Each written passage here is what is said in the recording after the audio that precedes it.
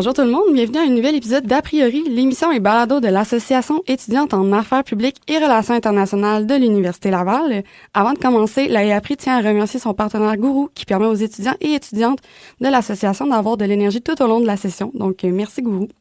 Lors du dernier épisode, j'ai parlé de l'aménagement urbain avec Paul et Samuel. On a parlé d'enjeux tels que la gentrification et même des enjeux en lien avec la criminalité que peut causer l'aménagement urbain.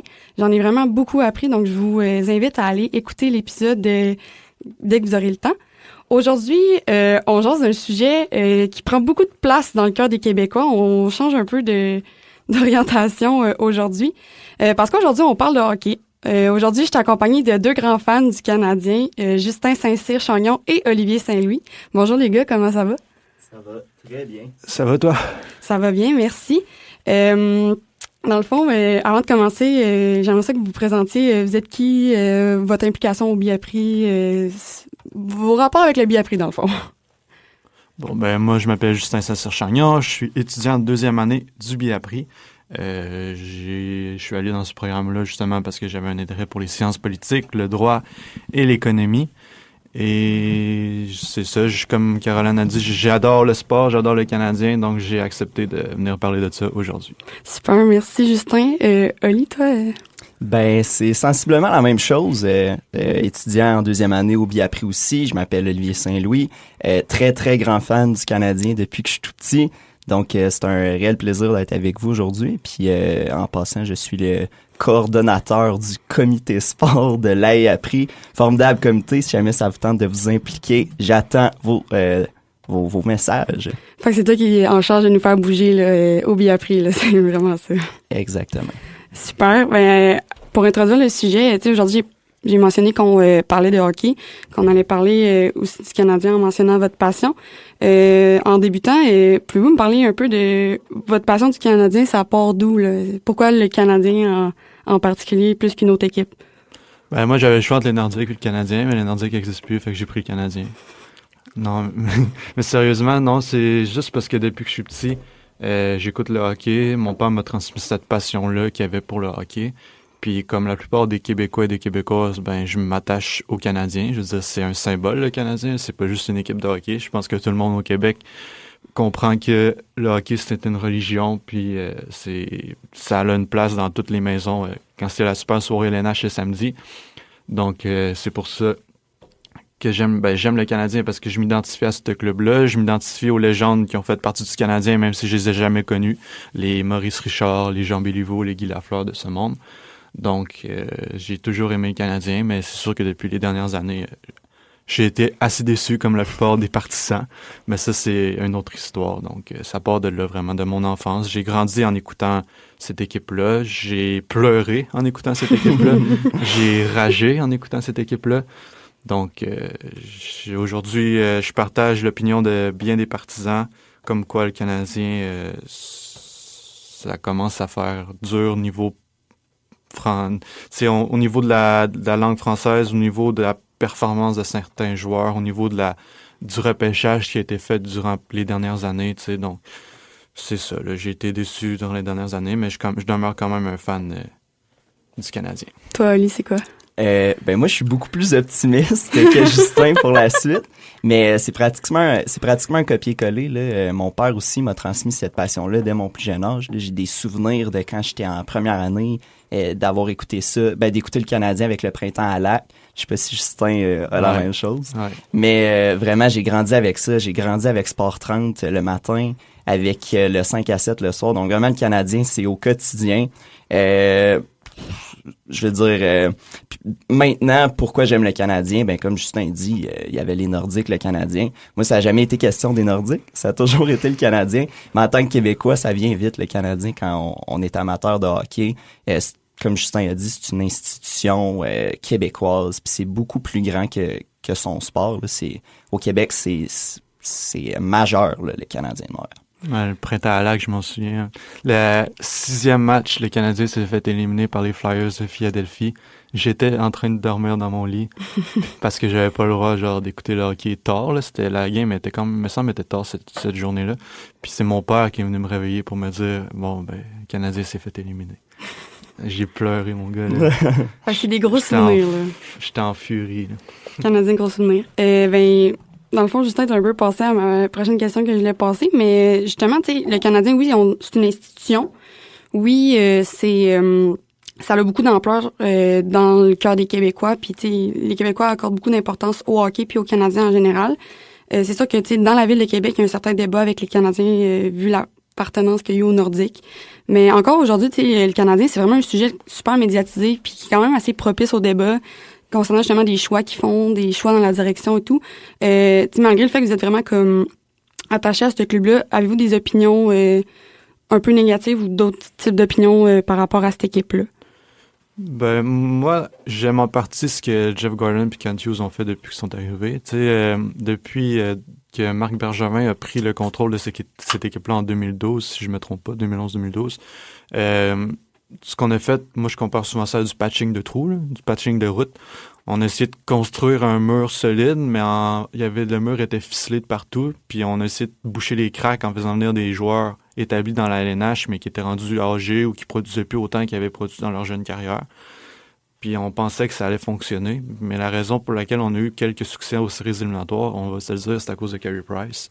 Puis avant ça, c'était à cause de Jaroslav Halak en 2010, le printemps Halak. Sinon, on n'a jamais été dans le coup. Là. On enlève Carey Price, on enlève Halak. Je veux dire, on a fait du patchage pendant des années et des années, puis ça n'a jamais fonctionné. On a sacrifié beaucoup de choix au repêchage. On a fait des échanges un peu controversés. Je pense notamment à l'échange de Jonathan Drouin pour Michael Sergachev, puis on voit aujourd'hui ce que ça a donné. À l'époque, tout le monde était enthousiaste de cet échange-là, mais moi, personnellement, je n'ai jamais vraiment compris cet échange-là parce que Michael Sergachev, c'est un défenseur établi, puis c'est une star dans son équipe, là, la Lightning de Tampa Bay. Donc, c'est ça. J'ai l'impression qu'on a fait du bouchage de trous pendant plusieurs années. Puis là, quand Marc Bergevin est parti, on s'est rendu compte que ça marchait plus, cette direction-là. Il fallait changer la direction. Puis là, Jeff Gordon, Kent Hughes, on l'a vu dès qu'ils sont arrivés avec le club. Tout de suite, on a mis à terre le club. On a enlevé plusieurs piliers, Tyler Toffoli et compagnie. Puis on a investi dans les choix au repêchage. Puis là, c'est ça qu'on sent. Donc ça, c'est une bonne nouvelle, puis c'est une bonne chose. Je pense que le Canadien, il fallait qu'il y ait un changement de culture, un changement de façon de faire. Puis ça part de la direction parce que c'est quand même eux qui prennent les décisions. Et ils ont fait les bonnes choses en changeant, en remplaçant une partie des vétérans pour aller chercher des choix, puis pour essayer de rebâtir cette équipe-là à 9. On n'a pas essayé de rebâtir sur plusieurs vétérans. On a vraiment décidé de rebâtir pratiquement à 0. Puis je pense que ça, c'est la meilleure affaire qui pouvait pas arriver aux Canadiens. Tu parles de Carey Price, là. Moi, on dirait que, je pense que je suis un peu une opinion un peu divergente, mais on dirait que Carey Price, je trouve que le Canadien a vraiment accordé beaucoup d'importance à ce gardien-là. Tu sais, c'était pas mal le centre de l'équipe, tout tournait autour de lui. Ils ont quand même fait des choix par rapport à ce gardien-là, mais tu sais, quand tu y repenses, il a pas gagné de Coupe Stanley. En tant que partisan du Canadien, là, on s'attaque à ma légende personnelle non, mais de je veux ma juste jeunesse. savoir, parce que moi, c'est comme un... Tu sais, moi, je triple le Canadien aussi, là. Mais tu sais, je suis plus comme une fan de Cole Caulfield, mais... tu sais, j'ai pris longtemps pour le Canadien, puis Carey Price, c'était mon joueur aussi. Tu sais, j'avais un chandail et tout. Mais tu sais, j'étais jeune, puis on dirait que plus je vieillis, plus je remarque que comme... Ce gardien-là, tu sais, oui, il est au centre, mais il a pas gagné de Coupe Stanley, il a pas emmené son équipe loin nécessairement non plus. Comme Justin a dit vraiment, c'est la construction de l'équipe autour de Carey Price qui a fait défaut. Lui donner un salaire de 10,5 millions, c'est sûr que ça aide pas non plus. Le gardien en valait la peine parce que c'est sa valeur sur le marché. Puis n'importe quel autre directeur général aurait donné ce contrat-là. Mais tu te coupes de la marge de manœuvre pour construire autour de ça. Ensuite de ça, des années de repêchage médiocre de Trevor Timmins, le fameux recruteur du Canadien, fait qu'on n'a jamais eu de relève autour de Carey. Puis après ça, comme Justin dit, ça a été du patchage de trous de A à Z. On savait qu'avec Carey, on pouvait pas ne pas aspirer aux séries. Même pour les partisans, les partisans sont pas niaiseux tout le temps. Ils comprennent que Carey Price est capable de t'amener en série. Fait que ça met une certaine pression aussi sur le DG de former un club autour de ça qui va aller en série, mais on n'avait aucune vision à long terme pour avoir une équipe gagnante, pérenne. Ce qui fait que, comme Justin a dit, vraiment, c'était du patchage de trous, puis on n'avait aucune idée où ce qu'on s'en allait. Puis je pense que c'est vraiment différent avec la nouvelle direction du Canadien, avec Kent Hughes, avec Jeff Gorton.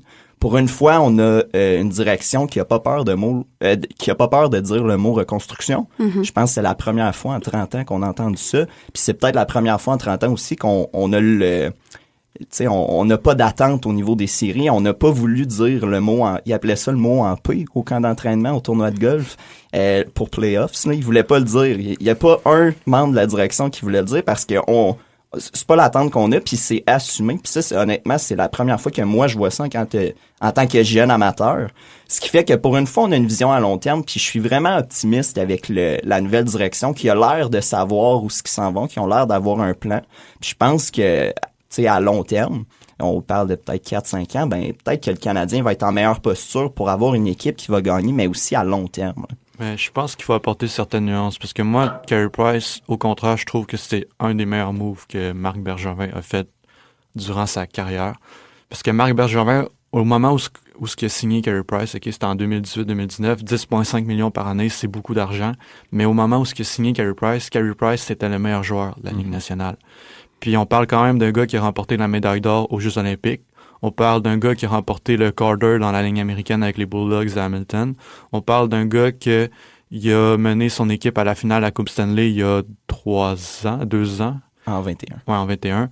Et on parle d'un gars qui a mené le Canadien en deuxième ronde des séries éliminatoires contre les Rangers avant qu'ils se fassent blesser en 2014, de mémoire, 2013-2014. 2014. Ouais, 2014. Puis on parle aussi de quelqu'un que, quand ils ont battu les Maple Leafs de Toronto en première ronde pour se rendre ensuite en finale de la Coupe Stanley par la suite, c'est quand même 10,5 millions qui a arrêté un trio de 30 millions et plus. Là. Que ça, c'est 10 millions qu'on paye pour Marner, 10 millions Tavares. Non, même pas Tavares, je pense que c'est 11 millions. En tout cas, tu sais, fait que rendu là, t'as une vedette qui coûte cher, mais qui fait le travail. Pour arrêter, mettons, comme dans le cas des Maple Leafs, 3 vedettes qui sont payées beaucoup, beaucoup trop cher, tu sais, qui monopolisent quasiment la moitié de la masse salariale de l'équipe. Exactement. Donc ça, selon moi, c'était une bonne décision à prendre. Ce qu'on s'attendait probablement pas du côté de la direction du Canadien, c'est que Carey Price soit pas capable de durer aussi longtemps que son contrat.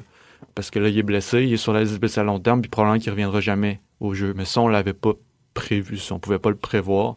Nous, on s'est fié. Moi, je pense que Marc Bergevin s'est fié vraiment au résultat qu'il avait devant lui quand il est arrivé pour signer Carey Price. Puis probablement qu'il savait très bien que s'il signait pas Carey Price à 10,5 millions, il y a une autre équipe qui allait aller le chercher sur le marché des joueurs autonomes.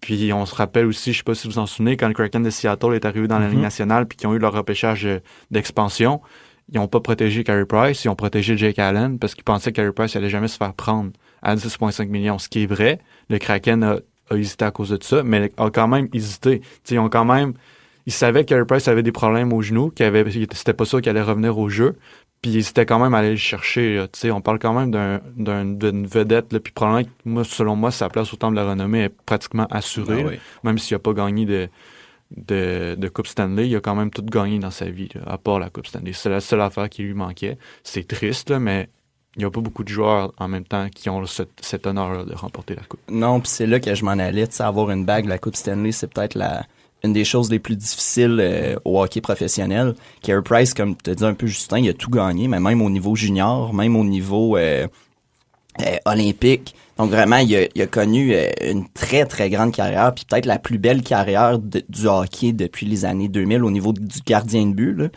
sais, là, il y a des Vasilevski qui arrivent puis qui gagnent tout aussi. Mais c'est vraiment pas de la faute à Carey Price lui-même qui a tout donné, qui a donné son corps. Là, en ce moment, il a de la difficulté à marcher tellement que ses blessures vont loin. Donc, c'est pas du tout de la faute à Carey Price, mais vraiment, c'est un problème de construction de club. Puis c'est pas un manque d'effort là, de la part de Carey. Un autre événement sur lequel je suis curieuse de savoir vos opinions, c'est sûr que ça a été moins marquant un peu, là, mais moi, je me rappelle les grands fans du Canadien autour de moi là, qui... Il y avait des chandails de Patrick Roy, puis ça les a fait quasiment remettre en question leur appartenance au club. C'est l'échange Subban-Weber. Ça avait fait quand même beaucoup de controverses. Vos opinions là-dessus? C'est très drôle que tu dises ça. Je m'attendais pas à recevoir cette question-là. Moi, la journée de l'échange de Subban-Weber, j'étais aux États-Unis et j'étais tellement triste en tant que partisan que j'avais écrit à Piqué Subban. Je lui avais dit, c'est vrai là, je suis 100% honnête. J'avais dit en anglais, dans mon anglais du secondaire très ordinaire, j'avais dit thanks for everything, bro. I'm so grateful. Good luck in Nashville. Mais j'avais tellement le cœur brisé parce que c'était une vedette là, flamboyante, Piquet Subban. Puis on n'a pas eu de joueur aussi flamboyant que ça. Là, on a un Cole Caulfield qui est quand même très présent, toujours un beau sourire, puis qui score des buts. Mais Piquet Subban, c'est un personnage, puis tu sais, Justin, tu vas sûrement reconnaître, sûrement Caro aussi, juste l'image de sa mise en échec sur Brad Marchand, de son but, ce qui fait le tour du but pour déculotter le gardien. Dans le sens, il y a tellement de beaux souvenirs avec Piquet Subban, c'est son slap shot à Ligue bleue. C'est une grande perte pour les partisans, cet échange-là, mais je pense que le futur aura donné raison à Marc Bergevin à cette époque-là. Il était beaucoup impliqué dans la société aussi. Là. Moi, je me rappelle d'une vidéo qui était avec la mère de Céline Dion dans l'hôpital pour les enfants. J'ai un blanc, là, mais il était dans un hôpital déguisé en fait des glaces à Noël, puis il était donné des cadeaux. Tout, moi, je pense que c'est ça aussi qui était comme...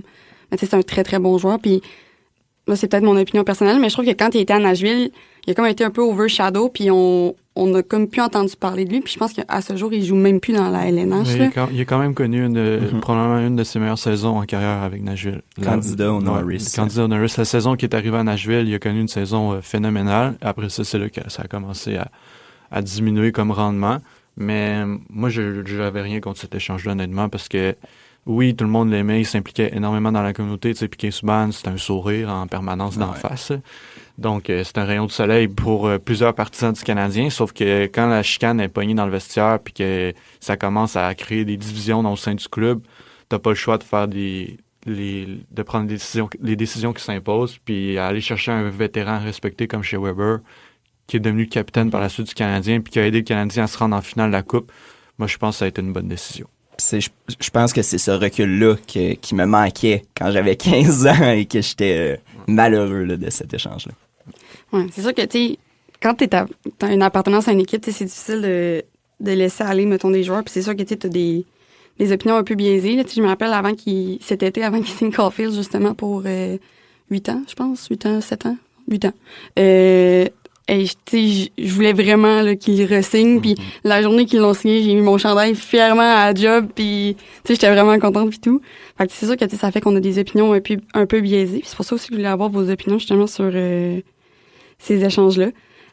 Sinon, quand même, les Canadiens, on en parlait avant l'enregistrement, ils ont quand même une pas pire saison. Je pense que cette année, c'est pas alarmant nécessairement, mais je pense qu'ils ont quand même un beau début de saison. Là. Personnellement, j'avais gagé 20$ avec un de mes amis qui allait finir entre le 25e et le 32e rang. Mon Dieu. Ouais. Mais puis là, ils sont en train de me faire perdre 20$. Mais la saison est pas finie, donc j'ai encore espoir de me faire 20$. Mais en tant que partisan du Canadien, oui, c'est encourageant de voir ça. Là. On s'attendait à une autre saison difficile, puis on voit en fait, c'est un peu comme l'année passée, c'est un peu une saison en dents de scie, un peu. On voit qu'à chaque match, ils se battent un peu, ils se laissent jamais. C'est rare les parties. Je pense pas qu'il y a beaucoup de parties qu'on peut compter sur les doigts d'une main ou qui ont littéralement abandonné. Là. Ils se sont toujours battus dans les matchs. Ils ont trouvé le moyen de rester un peu dans les matchs à chaque fois.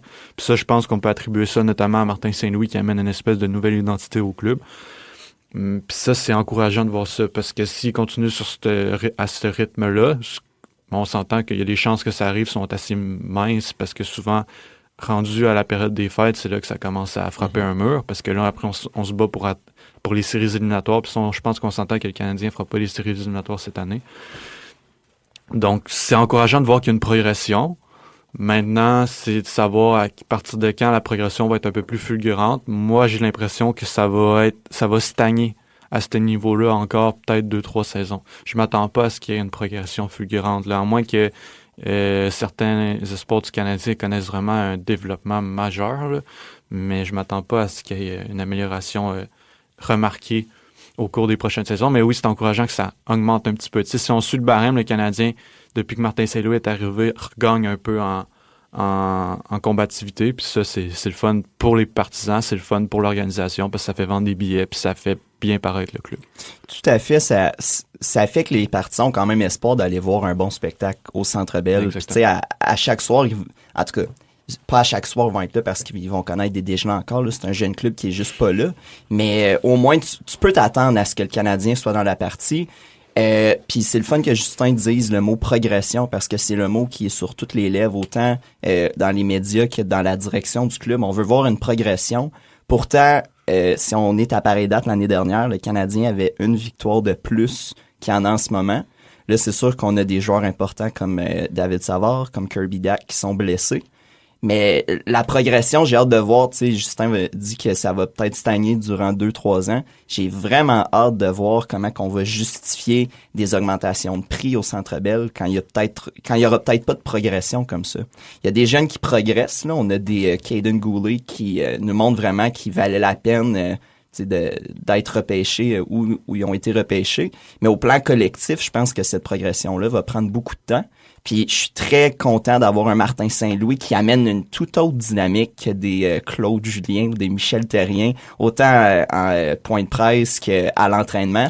Il y a une nouvelle... Martin Saint-Louis, c'est très divertissant, ses points de presse, là, ça je l'avoue. C'est très dynamique. C'est très dynamique. Mais tu sais, tout ça pour dire qu'on a une nouvelle vision, mais sur le plan de jeu collectif, j'ai hâte de voir cette progression-là parce que là, je pense que sur un niveau individuel, les joueurs progressent, mais il va falloir une vraie chimie de groupe. Puis, tu sais, l'entraîneur Martin Saint-Louis va devoir lui aussi progresser parce qu'il n'a aucune expérience ou presque dans la Ligue nationale. Puis lui aussi est en apprentissage. C'est vraiment un groupe en entier là, qui grandit ensemble puis qui éventuellement va peut-être performer. Donc là, on parle vraiment de comme le Canadien maintenant, mais tu sais, le Canadien, je pense que, en fait, ça fait une éternité que ça existe. Pour ceux qui ne le savent pas et qui nous écoutent, le Canadien, ça part d'une opportunité d'un homme d'affaires ontarien que, dans les années 1900, que lui, il a remarqué la rivalité francophone-anglophone à Montréal. Puis lui, il voulait profiter justement de cette rivalité-là, pour justement faire de l'argent et bâtir un club. C'est comme ça que le Canadien a été créé. Traditionnellement, les Canadiens, c'était la seule équipe francophone de la Ligue, à part les Nordiques, comme on a nommé au début de l'épisode. C'est vraiment un symbole de l'existence et de la résistance des Canadiens français face à l'anglicisation. C'était ça vraiment comme l'idée de départ. Puis les joueurs de la Ligue devaient automatiquement être francophones pour pouvoir jouer dans cette équipe-là. C'était vraiment comme, c'est ça, le français, le noyau, de comme cette équipe-là, si je peux dire. Il y a eu vraiment des grands joueurs francophones, là, Maurice Richard, Jean Béliveau, Henri Richard, même Jacques Plante. Maintenant, on a nommé Kirby Dach, on a nommé Cole Caulfield, on a nommé vraiment comme Carey Price, plein de joueurs qui, aujourd'hui, sont anglophones, qui souvent arrivent dans l'équipe, parlent même pas français. C'est quoi qui pourrait expliquer justement comme le fait que les Canadiens vont aller vers des joueurs plus anglophones puis laisser un peu leur valeur de base de création de côté? Ben, d'abord, je pense qu'il faut rectifier les choses. C'est vrai qu'il y a moins de joueurs francophones que quand le Canadien a vu le jour là, dans l'équipe. Sauf que depuis 2003, on parle quand même de 20 joueurs francophones qui ont été repêchés par le Canadien. De 2003 à 2021, en fait. Puis 14 de ces 20 joueurs-là, ils n'ont pas disputé le moindre match dans la LNH. Donc, d'un point de vue, le fait qu'il y a moins de francophones dans l'équipe, je pense que c'est aussi un problème de recrutement, de repêchage. Les dépisteurs, visiblement, ont mal fait leur travail parce que quand tu as 14 de tes 20 joueurs que tu repêches qui n'ont jamais joué un match dans la LNH, tu devrais te poser des questions. Là, c'est pas un très bon ratio. Aussi, si on va voir plus en détail, là, depuis 2015, on parle quand même de les seuls joueurs qui ont été francophones qui ont été repêchés, là, c'est William Beaton en 2016, Samuel Hood en 2018, Jacob Leguerrier en 2019, Raphaël Harvey-Pitard en 2019, donc la seule année qu'on a eu 2 joueurs québécois repêchés. Sinon, c'est William Trudeau en 2021, Joshua Roy en 2021. Ah non, c'est pas vrai, Joshua Roy en 2021 aussi, puis Xavier Simoneau en 2021. Donc, la meilleure année pour les Québécois jusqu'à présent, ça a été en 2021. Puis je sais pas si vous vous souvenez, mais quand Ken Hughes et Jeff Gordon sont arrivés puis ont pris la direction du club, ils ont dit « Oui, c'est important pour nous de repêcher des joueurs francophones. » Et on va voir le résultat depuis qu'ils sont arrivés. Un seul joueur repêché par le Canadien en provenance de la LHJMQ en 2023, Quentin Miller, qui est le gardien des remparts de Québec, mais c'est pas un joueur francophone. Et sinon, en 2022, il y a un seul joueur francophone qui a été repêché par le Canadien et qui provenait de la LHJMQ, Miguel Tourini, un choix de 7e ronde. Donc, le fait qu'il y a moins de joueurs francophones, dans le Canadien, je pense que ça s'explique en partie parce que justement, il y a eu des problèmes dans les années précédentes avec le repêchage. On n'a pas fait les bons choix, selon moi. Puis, en fait, c'est pas selon moi. Les chiffres le montrent, là. 14 joueurs sur 20 ont jamais joué un match dans la Ligue nationale. Après ça, depuis 2015, on repêche. Il y a une tendance qui est à la baisse pour les joueurs francophones. Mais je pense que le problème, il est plus profond que ça, parce que depuis 2005, les dirigeants de Hockey Québec puis la LGMQ disaient qu'il s'agissait d'un phénomène cyclique, qu'il y ait moins de joueurs francophones dans la LNH, tu sais, qu'il y avait de la difficulté à s'établir. Puis 11 ans plus tard, il y avait encore le même problème, même que la situation s'est dégradée davantage. Aujourd'hui, c'est quand même 45% des joueurs québécois qui jouent dans la LNH sont âgés de 30 ans ou plus. Donc, ça montre. Puis il y a une baisse. Mettons, je prends les gardiens québécois. Les gardiens québécois, ça constitue un pourcentage appréciable de la délégation québécoise dans l'NH, avec notamment les Marc-André Fleury, les Jonathan Bernier et tout. Mais justement, Marc-André Fleury, c'est le seul, avec Samuel Montembeault, gardien partant, je pense qu'on peut dire ça, qui sont encore établis dans la LNH. Il n'y en a pas d'autres présentement. Il y a Devon Lever avec les Sables de Buffalo, mais c'est pas encore un gardien partant. Donc, selon moi, ce qui explique le fait qu'il y ait de moins de joueurs francophones dans le Canadien, je sais que j'ai dit beaucoup d'affaires. Mais résume-nous ça un peu. Ouais, je vais résumer ça un peu, là, c'est parce que je sortais plus les faits.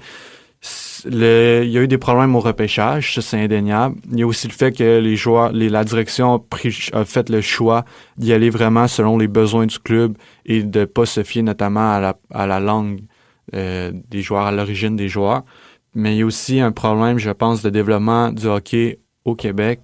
Dans la LGMQ, les joueurs ont de moins en moins les joueurs québécois ont de moins en moins d'importance dans la LGMQ. Il y en a de moins en moins. Là, c'est quand même alarmant. Ça, c'est en diminution depuis des années. Puis ça, c'est pas la première fois qu'on le dit.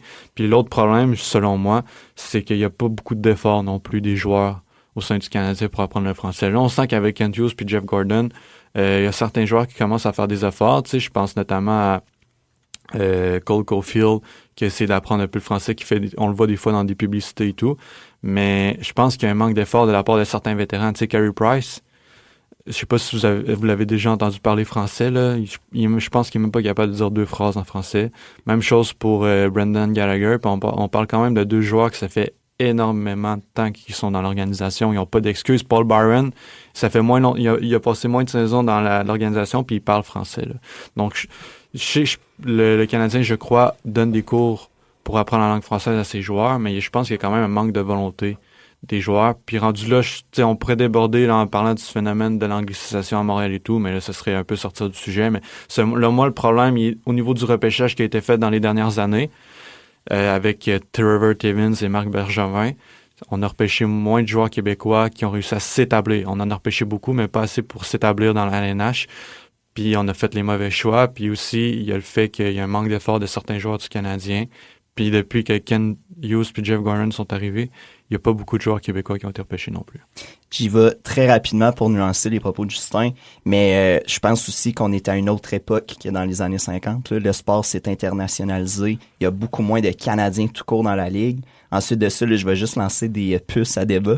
Mais on a un problème de développement au Québec avec Hockey Québec. C'est à revoir. Il y avait eu un comité en 2022 tâché de faire de proposer des réformes pour Hockey Québec et le hockey en général au Québec. Puis je pense aussi que la place du hockey au Québec diminue. On voit avec l'émergence du basket, du soccer, du football, qui vont généralement coûter moins cher que le hockey, mais que la place du hockey est moins centrale pour la jeunesse qui arrive au Québec, là.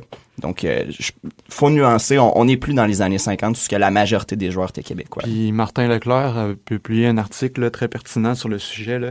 Puis ça fait quand même, ça soulève des inquiétudes. Là. Au tournant des années 2000, on retrouvait plus de 70 hockeyeurs québécois qui gagnaient régulièrement leur vie dans la LNH. Puis au début des années 2010, il en restait plus que 35. Puis ça a continué à descendre depuis ce temps-là. Donc, je pense qu'il y a clairement un problème. Le problème, je pense qu'il part à la source, Hockey Québec, la LGMQ, qui ont de la difficulté visiblement depuis plusieurs années déjà à mettre en valeur le hockey, à le développer. Puis je suis d'accord avec Oli. Sur le sujet, ça s'est beaucoup internationalisé aussi, le hockey. Il y a beaucoup de joueurs d'Europe de plus en plus. Donc, c'est sûr que des fois, la compétition est plus intense un petit peu lors du repêchage. Sur ça, on va faire une courte pause, puis on vous revient bientôt à priori. On va continuer de jaser de hockey, fait que soyez là.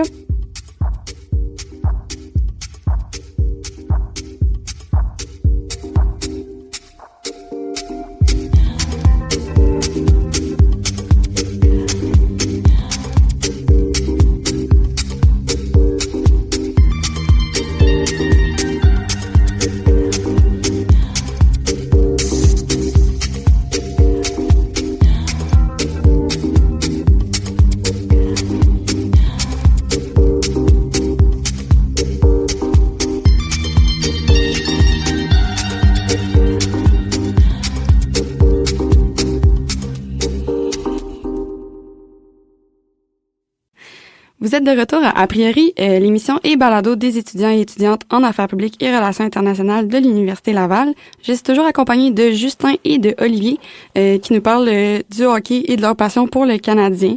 Donc, avant la pause, on a parlé vraiment de le Canadien en tant que tel. C'est la situation qui concerne l'équipe en ce moment, pourquoi Oli et Justin ont une grande passion pour cette équipe-là. Puis, on a élaboré aussi sur l'enjeu de la langue française au sein du Canadien, puisqu'à la base, le Canadien, c'est une équipe qui est vraiment basée autour de cette valeur-là de la langue française. Justin nous a élaboré beaucoup de faits par rapport aux joueurs de moins en moins québécois et francophones dans l'équipe, pardon. Puis, juste avant la pause, Oli, il nous a mentionné une couple de flèches, pas flèches, mais de points qui peuvent être notion à débat et de points qui pourraient être en lien justement avec la baisse de participation de joueurs francophones au sein de l'équipe. Donc, Oli, je vais te laisser continuer sur le sujet. Je pense que tu avais d'autres choses à dire là-dessus. Avant la pause, Justin parlait du peu d'attention qui était donnée aux francophones, aux Québécois durant les repêchages. Il a nommé la statistique, mais je l'ai compté moi aussi. Et tu sais, les partisans du Canadien vont reconnaître le nom de Trevor Timmins, qui était le recruteur en chef de 2003 à 2021. Ça, c'est 18 ans, puis il a seulement repêché 22 Québécois. C'est un petit peu plus qu'un par année. Mais le problème avec ça, c'est qu'il y en avait juste 5 dans les 3 premières rondes du repêchage. Ce qui fait que c'est bien beau repêcher 22 Québécois puis en repêcher en 7, 8e ronde. Mais ces joueurs-là ont pas nécessairement le potentiel de percer dans la Ligue nationale. Donc, c'est juste de se dire, c'est un beau chiffre, là, 22. Mais j'ai de la difficulté à comprendre pourquoi qu'on n'a pas pris une chance sur les Québécois qui avaient un meilleur potentiel que ça. Autrefois, puis là, je vous disais avant la pause qu'on n'est plus à la même époque et tout, puis là, je vais sonner comme un vieux qui a connu les années des glorieux et tout. Mais il y avait un dicton à l'époque là avec Serge Savard et Sam Pollock qui disait qu'il fallait jamais échapper un Québécois dans ces années-là. Fallait tous les avoir dans son club. On était le club francophone, puis c'était l'identité du club, ce qui est vraiment plus le cas aujourd'hui. Le fait français chez le Canadien, c'est important pour les partisans parce que c'est notre institution au Québec, mais je pense qu'à l'interne, c'est moins important que ça l'a déjà été dans la culture du club. On prend les Alouettes de Montréal qui ont gagné la Coupe Grey il y a 2 semaines. Là, c'est pas la même ligue. Il y a une question de quota de joueurs canadiens par équipe et tout. Mais il y avait quand même plus de 10 Québécois dans cette équipe-là. Et la première chose que le coach a fait en arrivant à Montréal, c'est de dire que le français allait prendre une plus grosse place puis pour créer un sentiment d'appartenance dans ce groupe-là. Là, je parlerai pas longtemps des Alouettes, mais c'est juste de dire que c'est rassembleur le français à Montréal, même pour les anglophones, même pour les Américains qui jouent avec les Alouettes. C'est l'élément distinctif du Québec en Amérique du Nord. On est la seule société francophone. Donc, je pense que c'est décevant de voir que l'importance du français dans la culture de l'équipe a descendu autant. Ensuite de ça, je pense aussi que la qualité des joueurs qu'on a au Québec a diminué. Tristement, là. T'sais, à l'époque, on avait les grandes super vedettes québécoises, puis de nos jours, comme Justin a dit, la majorité des joueurs ont au-dessus de 30 ans et ils occupent plus là, les rôles de premier plan dans les équipes. Je pense que ça vient en partie du fait qu'on a un modèle qui est peut-être déficient ou du moins perfectible avec Hockey Québec. On n'a pas du tout le meilleur système de développement de hockey. Le Québec a le 4e plus gros bassin de jeunes hockeyeurs dans le monde et pourtant, on n'est pas du tout la 4e source de joueurs dans la Ligue nationale. Donc, clairement, on a un problème de développement ici, là. Mais ça pourrait venir d'où, là? Parce que, tu sais, il me semble que, moi, je vois ça, c'est sûr que c'est pas moi qui fais les équipes et tout, mais il me semble, t'as le 4e meilleur bassin, tu vas pas prendre tes joueurs-là, ça viendrait d'où? C'est des croyances, c'est des préjugés? Il y a beaucoup plus de joueurs de la OHL, la Ligue de l'Ontario, que la Ligue de l'Ouest qui vont être préférés à la Ligue junior si on regarde les derniers repêchages. Puis, Oli a raison, là, on a beau avoir le 4e plus gros bassin, le système de développement, je pense qu'il est plus le même qu'il était il y a plusieurs années déjà. Ils ont réussi moins à promouvoir les joueurs de la LHJMQ.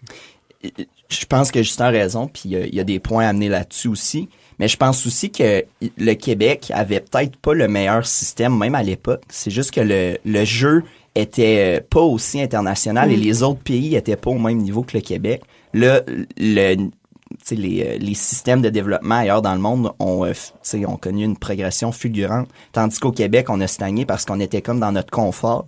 Ce qui fait qu'on a gardé les mêmes structures à Hockey Québec. Il y a plusieurs éléments qui feraient qu'au Québec, par exemple, on est moins axé sur le développement qu'aux États-Unis, parce qu'aux États-Unis, c'est pas des coachs bénévoles qui vont enseigner aux jeunes le hockey. Il n'y a pas le système de niveau élite 3A de 11-12 ans qui, après ça, on est supposé développer ces petits gars-là ensemble. Le hockey, c'est un sport où on se développe durant toute son enfance, puis ils appellent ça un sport où on va s'éveiller plus tard. Donc, choisir dès l'âge de 11-12 ans qui est élite au Québec, je pense pas que c'est optimal. Il y a une source qui dit on largue ainsi 90% du bassin de joueurs de façon prématurée. Il y a clairement des petits gars plus talentueux qui font pas partie de ce programme-là, malheureusement.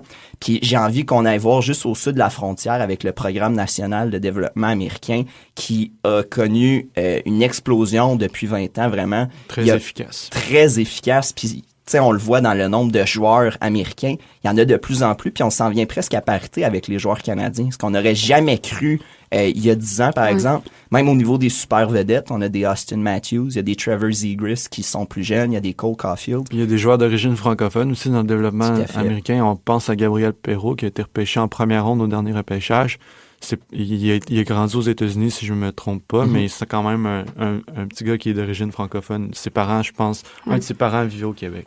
Puis aux États-Unis, on met vraiment l'accent sur le développement. T'sais, on va regrouper les meilleurs de 16-17 ans pour les faire jouer ensemble, jouer contre la NCAA qui peut avoir des gars de 24 ans. Puis les petites équipes du Programme national de développement vont perdre pratiquement toutes leurs parties, mais ils vont vraiment apprendre puis se développer entre eux. Tandis que nous, ici, on a la LHJMQ qui, oui, c'est une ligue de développement, mais qui vend quand même un produit puis qui cherche à vendre des billets à compétitionner. Ce qui fait que les jeunes de 16 ans qui arrivent dans la JMQ, ben, ils n'ont pas nécessairement le temps de glace suffisant pour se développer à fond, comparé aux États-Unis où là, ils ont le temps de jeu pas qu'ils veulent, là, c'est toujours l'entraîneur qui décide, mais dans le sens, on axe le développement des joueurs dans ça, puis c'est le même groupe d'âge qui grandit ensemble, puis on le voit dans les succès, par exemple, au championnat du monde junior, ces jeunes-là jouent ensemble depuis qu'ils ont 16 ans, donc ils se connaissent bien, il y a une chimie et tout, ce qui fait vraiment que le niveau de développement au Québec est à revoir. Et là, ça vient avec l'émergence de d'autres sports aussi. Il y a moins de jeunes qui jouent, le bassin est dilué. Puis, j'en parle quelques secondes, là, mais il y avait même eu une commission du hockey au Québec, comme j'avais dit tantôt, en 2022, qui avait été demandée par le premier ministre lui-même là, pour... L'objectif, c'était de redonner ces lettres de noblesse à notre sport national. À la LHJMQ surtout aussi. Exactement. Donc, vraiment... c'est un programme Hockey Québec qui avait fait ses preuves dans le temps, mais je crois qu'il est à revoir là, de nos jours. Là. Dans le fond, je comprends. On s'est fait rattraper par le temps. On avait un modèle qui fonctionnait, mais on a pensé que ça allait fonctionner. Fait on est comme resté avec la formule gagnante. Mais c'est plate à dire, mais tu parles de développement depuis tantôt. Puis moi, quand je pense à développement, je pense vraiment à entrepreneuriat. Puis l'entrepreneuriat, c'est jamais stagnant. Tu veux mettre ton entreprise en faillite, c'est la meilleure manière de stagner. Fait je pense que c'est vraiment comme on s'est fait rattraper par le temps de ce que je comprends. Autre chose que il m'a popé comme question, là. Tu parles de développement, puis que notre développement, il est pas pareil. Là, on a parlé de comme un développement plus arriéré. Puis ça aussi avoir un enjeu économique avec ça. Tu parlais de coach bénévole, puis qu'aux États-Unis, ils n'ont pas de coach bénévole. C'est sûr que veut pas, l'argent doit avoir rapport aussi avec le problème de développement. Là. Ben, le financement Exact. aide, mais c'est pas le seul problème, selon moi. C'est la manière dont les choses sont faites, surtout. Ben, juste pour répondre à ta question, puis après ça, Justin, il va relancer là-dessus. Mais c'est sûr qu'il faudrait plus de financement au Québec, juste pour avoir un système plus cohérent avec des entraîneurs qui sont formés de un, des entraîneurs qui sont payés aussi, qui pas nécessairement que c'est leur travail dans la vie de coacher des jeunes de 11-12 ans, là, mais qui ont une formation puis qui a une motivation de plus à motiver, pas nécessairement des parents qui vont crier après des enfants, là. Donc, tu sais, le modèle américain, je pense qu'on pourrait fortement s'en inspirer. Puis à Hockey Canada, on y a déjà pensé de calquer un peu le modèle puis de le transposer ici. Ça s'est jamais fait, mais c'est dans les discussions. Donc clairement, le hockey au Québec puis même au Canada, le développement va être à revoir. Cependant, là, je dis Hockey Canada, pense à le revoir. Ça explique pas pourquoi la JMQ est un bassin beaucoup moins grand que la Ligue de l'Ontario ou la Ligue de l'Ouest en termes de repêchage, en termes de développement des joueurs. Donc, le problème est plus québécois que canadien. Là. Okay. C'est vraiment au Québec qu'on a un problème de développement. Puis je pense que Justin voulait s'en aller là-dessus, sur la JMQ. Là, donc, Ouais, ben juste pour appuyer ce que tu dis depuis tantôt, puis aussi, ce qu'on remarque depuis les dernières années, c'est que ceux qui font le repêchage pour chaque équipe, ceux qui organisent le repêchage pour chaque équipe, les dépisteurs et tout, semblent préférer les joueurs de la Ligue de l'Ontario puis la Ligue de l'Ouest. Puis ça, il y a comme une espèce d'identité ou de fausse... tu sais, je sais un pas stigma. Un stigma, ouais, qui est une espèce d'image qui est collée à la peau de la LGMQ, comme quoi c'est une ligue moins développée, moins... avec des joueurs moins talentueux, moins dominantes que les deux autres ligues, alors que pourtant, on regarde c'est qui a gagné les dernières coupes Memorial, les 4 dernières coupes Memorial à travers le Canada pour dans le circuit junior au hockey, c'est des équipes de la LHJMQ, mais pourtant, on semble avoir moins d'attrait pour les joueurs de la LHJMQ, puis ça, il y a des données pour le prouver. Là. En 2001 puis 2010, il y a pas moins de 259 joueurs qui étaient issus de la LHJMQ qui ont obtenu un essai avec une équipe de la LNH. De 2011 à 2020, ce nombre-là a chuté à 207. Puis ça, c'est en dépit du fait qu'il y a plusieurs équipes qui participent au repêchage aujourd'hui. Puis il y a plus d'équipes qui participent au repêchage aujourd'hui qu'il y a 15 ans. Là. Il y a 15 ans, tu peux enlever une couple d'équipes de franchise qui se sont rajoutées. Mm-hmm. Puis mettons, dans le cas du Canadien, là, je sais qu'on en a parlé, là, mais juste pour vous donner un exemple encore plus concret, sous Jeff Molson, de 2011 à 2020, 14,66% des joueurs repêchés par le Canadien provenaient de la LGMQ, puis 10,6% de joueurs repêchés provenaient du Québec. Puis sous Pierre Boivin, ces chiffres-là étaient à 18,9 et 20,2%. Donc, il y a eu une baisse depuis les dernières années. Puis ça, on s'en va voir la QV en 2023. Là, c'est la pire de l'histoire du repêchage de la LNH pour la LGMQ. Au total, c'est 12 joueurs du circuit Tchétchénie qui ont entendu leur nom être prononcé dans l'une des 7 rondes de la séance de sélection. Puis de ce nombre-là, 5 sont québécois. Juste pour faire du pouce là-dessus, je veux pas dire que la JMQ est plus faible que les deux autres ligues au Canada. Ça, ce sera un autre débat qui pourrait prendre un autre podcast. On reviendra au peu. Mais juste pour expliquer peut-être des facteurs qui feraient que la ligue serait moins forte. Premièrement, on a le plus petit bassin de joueurs au Canada en termes de population. La JMQ, c'est le Québec, les Maritimes. On parle de 9 points quelques millions de personnes. Tandis qu'en Ontario, ça va être au-dessus de 11. Puis dans l'Ouest, ça va être au-dessus de 11. Premier aspect. Deuxième aspect, les ligues ont un territoire réservé aux États-Unis sur quels joueurs américains peuvent aller jouer dans la JMQ. Puis la JMQ, dans les 3 ligues, je veux dire, là, donc juste pour prendre, la JMQ, par exemple, son terrain réservé aux États-Unis, c'est la Nouvelle-Angleterre, qui est minuscule comparé aux autres territoires des autres provinces. Et en plus de ça, en Nouvelle-Angleterre, on a une université à Boston qui... un développement de hockey qui est phénoménal, qui a un très bon programme hockey, ce qui fait que les joueurs américains issus de la JMQ, qui pourraient aller jouer dans la JMQ, ils vont pas forcément. Donc on parlait de 4 coupes Memorial, puis je trouve que c'est un bon argument pour dire que la JMQ est aussi bonne que les autres, mais je pense que la crème va toujours remonter sur le dessus. Donc peut-être que les meilleures équipes de la JMQ peuvent compétitionner contre les autres meilleures équipes, mais est-ce que le niveau moyen de la ligue est plus faible? Peut-être. Et dernier point après ça, je te laisse la parole. les familles québécoises sont aussi moins riches en général que les autres familles au Canada, ce qui fait que l'accessibilité au hockey, qui est un des principaux points du rapport du comité dont je parlais plus tôt, fait en sorte qu'il y a peut-être moins de jeunes Québécois qui peuvent jouer au hockey puis qui, eux, pourraient se développer de manière sensationnelle, mais que dans le fond, ils n'ont pas la chance de se développer. Tu parles justement là, du financement des familles et tout. Moi, je me rappelle, je l'ai déjà mentionné dans un autre podcast, mais moi, j'ai fait la danse de compétition longtemps quand j'étais jeune. Puis je me rappelle, la propriétaire du studio où je dansais a déjà dit, je trouve ça remarquable les parents qui payent pour que leurs enfants puissent avoir des cours de danse puis faire de la compétition. Je trouve ça remarquable parce qu'elle dit, dans la vie, il y a comme 2 sports que je trouve que ça n'a pas de bon sens de payer pour, mais je trouve ça remarquable. C'est la danse puis c'est le hockey. Le hockey, c'est vrai, ça coûte cher.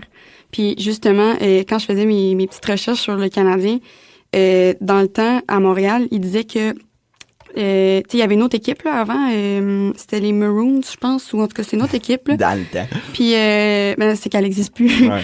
Puis dans les articles que je lisais, ça disait que avant à Montréal, avant le Canadien, il y avait les Maroons qui étaient une équipe simplement anglophone.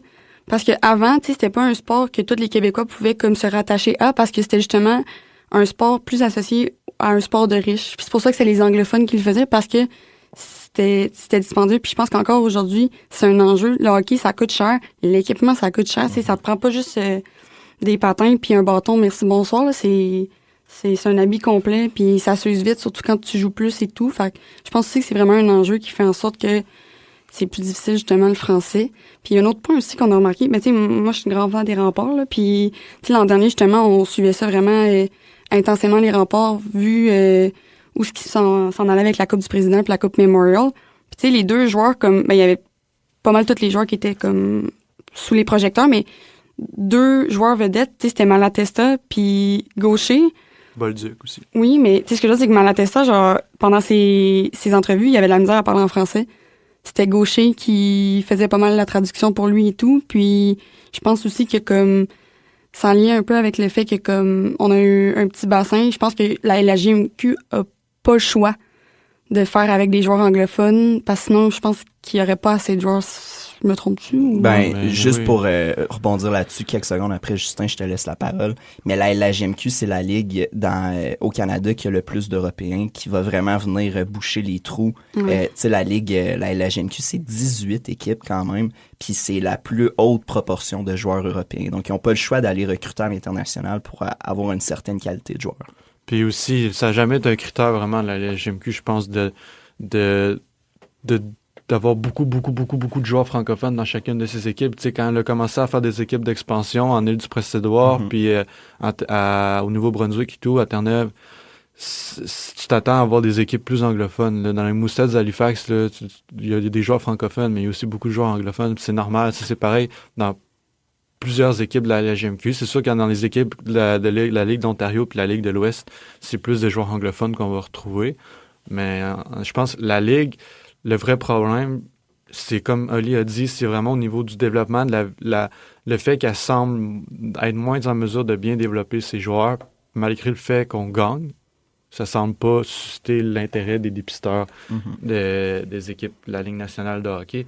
Tu sais, je vous sors un autre fait. Là. Parmi les 106 joueurs qui ont été invités au dernier camp d'entraînement dans la Ligue nationale de hockey, la LHJMQ comptait 7 représentants, contre 20 pour la Ligue de l'Ontario, puis 21 pour la Ligue de l'Ouest. Ça veut dire 7 joueurs qui étaient là venaient de la LHJMQ, 40 quelques venaient des équipes des ligues de l'Ontario et de l'Ouest, puis le reste c'était des joueurs européens ou du développement américain de la NCAA ou de la USHL. Donc juste avec ça, je pense qu'on peut se poser quelques questions. Et c'est sûr que là, il y a quelques décisions qui ont été prises récemment qui peut-être vont influencer négativement la LHJMQ, c'est la suspension des bagarres dans la LHJMQ. Tu sais, déjà que la LHJMQ a la réputation qui lui colle à la peau comme une ligue qui est moins forte que les 2 autres ligues juniors du Canada. Là, on vient de mettre fin aux bagarres dans la LHJMQ. Puis il y a plusieurs personnes qui s'inquiètent des répercussions que ça pourrait avoir lors du repêchage parce que, je vais m'expliquer, quand une équipe repêche les joueurs, elle va y aller pour le talent, c'est vrai. Là, le but, c'est pas de te battre dans la Ligue nationale, c'est de faire des buts, c'est d'être là pour ton équipe, c'est d'être capable de jouer sur 200 pieds et tout.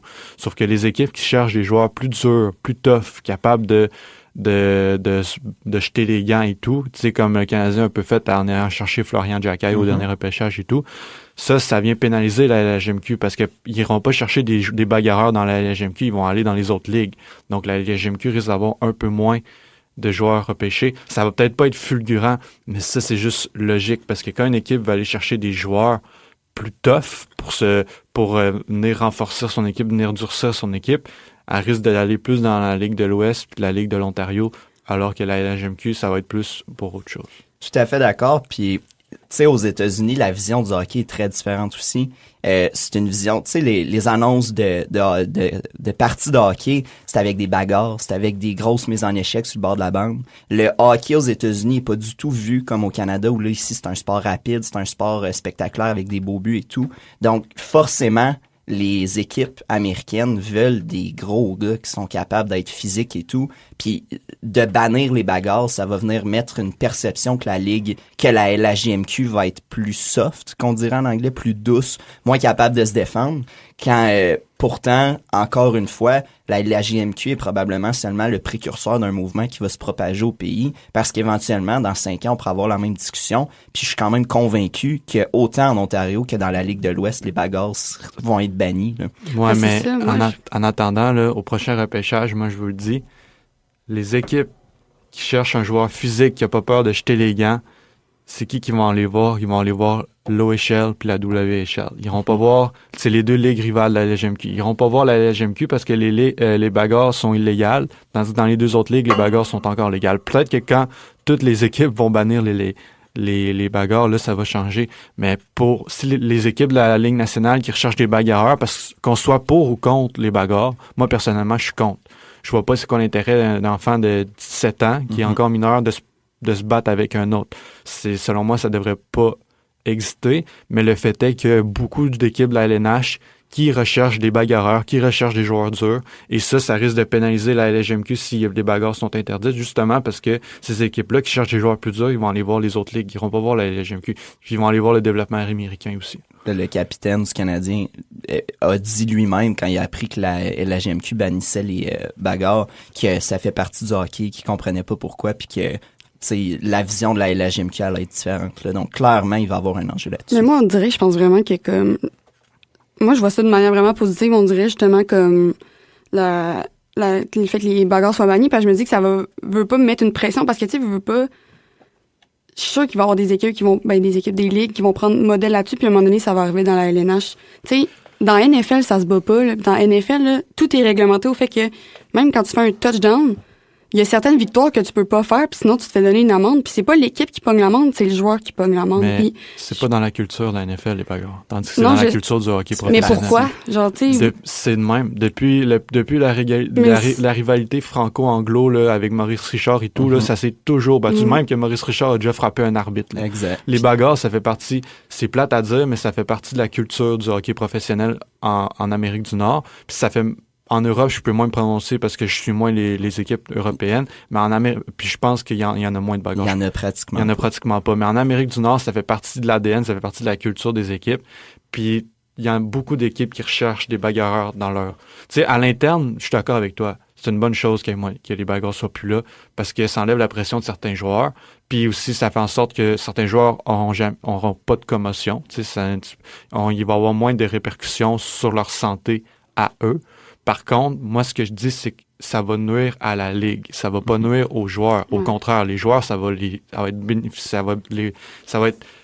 une bonne chose pour les joueurs de la LGMQ, mais ça va nuire à la réputation de la Ligue. Parce que là, la Ligue, déjà qui avait l'image de la Ligue moins forte un peu au Canada, là, en plus, t'as interdit les bagarres, ça va juste ternir encore plus sa réputation auprès des dépisteurs de la LNH. Les dépisteurs, comme je l'ai dit, de la LNH, qui recherchent du talent, qui recherchent des points, qui recherchent des joueurs capables de jouer défensivement, offensivement, ils vont aller peut-être dans la LGMQ. Mais s'ils cherchent des joueurs plus tough, qui n'ont pas peur de jeter les gants, qui sont là pour défendre leurs coéquipiers puis tout, ils vont aller voir la OHL et la WHL, parce que c'est pas dans la LGMQ que tu vas voir ça. Si c'est interdit, il n'y a pas un joueur qui va être assez... qui va vouloir se battre, là, parce que tu risques de te faire suspendre pour la suite. Puis, pour finir rapidement sur les bagarres, pour répondre à ta question du pourquoi, au hockey, on entend beaucoup parler du code, ce qui fait que le code est là pour s'assurer que les joueurs se défendent entre eux. S'il y a un coup salaud sur une super vedette, le code voudrait que la prochaine fois que les deux équipes se rencontrent, mais que le joueur qui a fait le coup salaud se batte. Dans le sens que ça fait partie du hockey, puis je suis pas du tout en train de défendre les bagarres parce que personnellement, je trouve ça absurde aussi, mais ce fameux code-là fait partie du hockey, puis le hockey, ça reste un sport qui est arriéré, qui est très derrière, donc ça fait partie du jeu. Là. Les bagarres, c'est un élément qui a été utilisé depuis la nuit des temps, depuis l'existence de la Ligue nationale, puis des ligues un peu partout en Amérique du Nord de hockey, comme un élément dissuasif, un outil dissuasif. Tu t'en prends à un de nos bons joueurs, attends-toi à payer le prix par la suite. Là, c'est interdit les bagarres dans la LHJMQ. Les joueurs qui vont subir des coups salauds et tout, qui vont se faire subir des coups salauds par d'autres joueurs, ces joueurs-là qui ont fait les coups salauds, qui ont fait trébucher un joueur, qui ont fait des doubles échecs dans le dos sur le bord de la bande, ils vont être punis, mais il y a pas d'autres joueurs qui vont venir les voir pour leur faire passer un message. Tu sais, moi non plus, je suis comme Oli, je trouve ça un peu stupide, les bagarres, je suis pas d'accord avec ça, je cautionne pas ça. Sauf, puis c'est pas nécessairement un outil de dissuasion, mais pareil, ça reste, le fait demeure que ça a été utilisé comme outil de dissuasion depuis la nuit des temps, et ça reste gravé dans l'histoire des ligues professionnelles de hockey en Amérique du Nord. En terminant, là, parce que je pense que veut pas, tu sais, comme on en parle depuis un petit bout, là, le fait que il y a moins de joueurs francophones, justement, au sein du Canadien, part principalement de la LHJMQ. Hockey Québec. Hockey Québec, la LHJMQ. C'est sûr que, comme on a parlé qu'il n'y avait pas nécessairement de critères côté francophone parce qu'il y a plusieurs équipes anglophones. Mais moi, je voulais savoir votre opinion. Pensez-vous, mettons, que, un joueur francophone pourrait être, mettons, laissé de côté parce que, justement, il y aurait une certaine barrière de la langue. Tu sais, je parle d'un joueur francophone qui n'a pas nécessairement des connaissances en anglais. Ça pourrait venir créer des problèmes, mettons, par rapport à la communication dans l'équipe ou au domaine, ou ça n'a vraiment pas rapport? Je crois pas, parce qu'on voit des joueurs européens qui arrivent. Exact. Toutes base, les équipes parlent en anglais. Tout parle en anglais. Même dans les ligues juniors, ligues juniors au Québec, en Ontario, puis en l'Ouest, il y a beaucoup de coachs qui parlent juste en anglais. Là. Mais en plus de ça, on voit des joueurs européens qui arrivent ici, comme Slavkovski, notre premier choix, pas cette année, l'an dernier, qui parle un anglais qui est cassé complètement. Donc, je pense pas que la barrière de la langue vient jouer quelque chose. Puis même en Hockey Canada, je pense pas qu'il y ait forcément des barrières pour les francophones. Là, je te vois réagir, mais je pense vraiment qu'on est dans un mode de... On donne peut-être pas les mêmes chances, le même temps de glace et tout, mais je pense que le problème vient beaucoup plus loin que seulement la langue. Là. Mais ouais, le problème, la langue, pour répondre à ta question, ça peut jouer pour certains joueurs qui parlent pas anglais, qui parlent pas français, mettons qui viennent de Russie, qui parlent, tu sais, qui sont russophones à la base. Tu sais, je pense notamment à Samsonov et tout. J'ai déjà lu des articles, c'était pas évident quand ils sont arrivés dans la Ligue nationale. Ils comprenaient rien de ce qu'on leur disait. Il fallait que le coach fasse affaire avec un interprète pour leur parler. Mais ça s'apprend vite. Ça les a pas empêchés. Ça les a pas empêchés de connaître du succès, là. Car on peut voir Alexander Ovechkin, Nikita Kucherov, Vasilevski. C'est tous des joueurs russophones qui ont des grandes carrières dans la Ligue nationale de hockey. Donc, ça peut jouer quand tu arrives dans la Ligue nationale, quand tu es jeune, mais ça prend pas de temps que tu t'habitues vite, je crois. Sur ça, l'épisode tire déjà à sa fin. Merci les gars, je sens qu'on aurait pu en parler vraiment encore plus longtemps. Puis pour ceux qui nous écoutent, je vous dis à bientôt.